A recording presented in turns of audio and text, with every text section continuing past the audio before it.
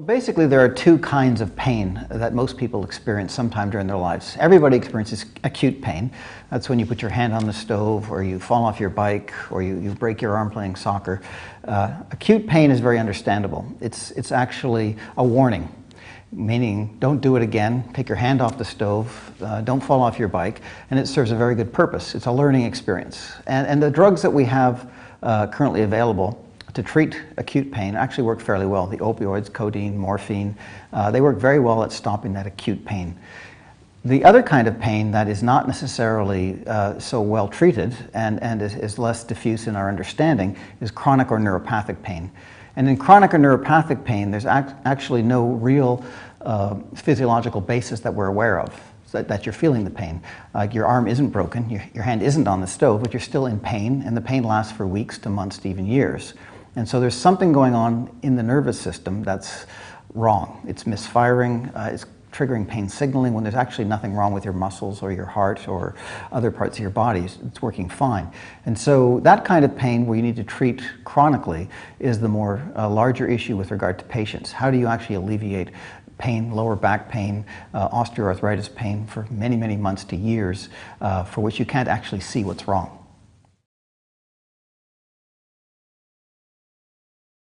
There are different kinds of chronic and neuropathic pain. In fact, there's been estimated to be 40 or 50 different facets of neuropathic pain. And some of these are caused by diseases. Osteoarthritis is associated with long-term pain. Some of them are associated with injury. Injure your back, there's a lot of lower back pain that's out there. Some of them are associated with viral infections. Herpes zoster infections come with horrible pain later in life. And so many different underlying causes of pain, and yet you've only got one nervous system that's sensing and transmitting this pain signal. And so where we're coming from is not to try and understand what causes lower back pain, what causes osteoarthritis. We're interested in disrupting the pain signaling no matter what the cause. If you want to block pain sensation, it turns out blocking neurotransmission is a good way to do that. So if you don't have that pain signal go from your skin or your muscle to the brain, you block it somewhere along the path, you won't feel it as pain because it gets processed in your brain. It has to make, that signal has to make it from your muscle or skin to the brain via the spinal cord and then back again. If you block the ion channels, in our case a calcium channel that's involved in that transmission, then you can alleviate pain very well. And so the first step was we identified the molecular target, a very specific subtype of calcium channel expressed in the spinal cord. And we showed that it was involved in pain transmission. Most specifically, it's not involved in acute pain transmission. You can still feel whether you have a burnt hand or a broken arm if this channel is disrupted. However, if you have neuropathic or chronic inflammatory pain, osteoarthritis, lower back pain, if you disrupt this particular calcium channel in the spinal cord, you actually don't feel pain anymore.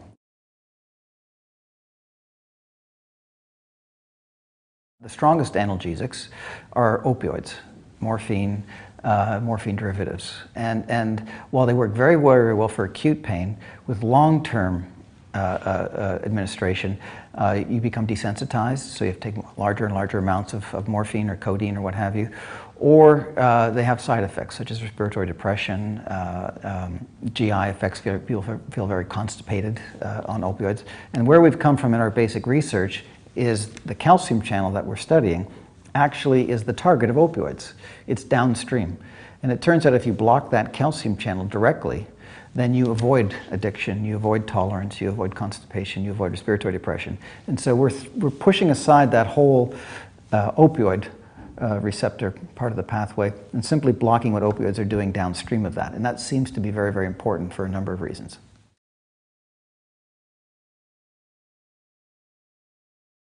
Well, as doing translational research, we've actually been able to do it along the entire paradigm from basic CIHR-funded grant research to identify the specific target, to then understand how that gene target is involved in the physiological processes of pain, and then we've translated that basic biomedical research into pharmaceutical company formation. So we've gone out, we've raised venture capital, brought a lot of money into the province from Canadian and American investors, hired a lot of people, postdoctoral fellows, graduate students, people in finance and other areas of business.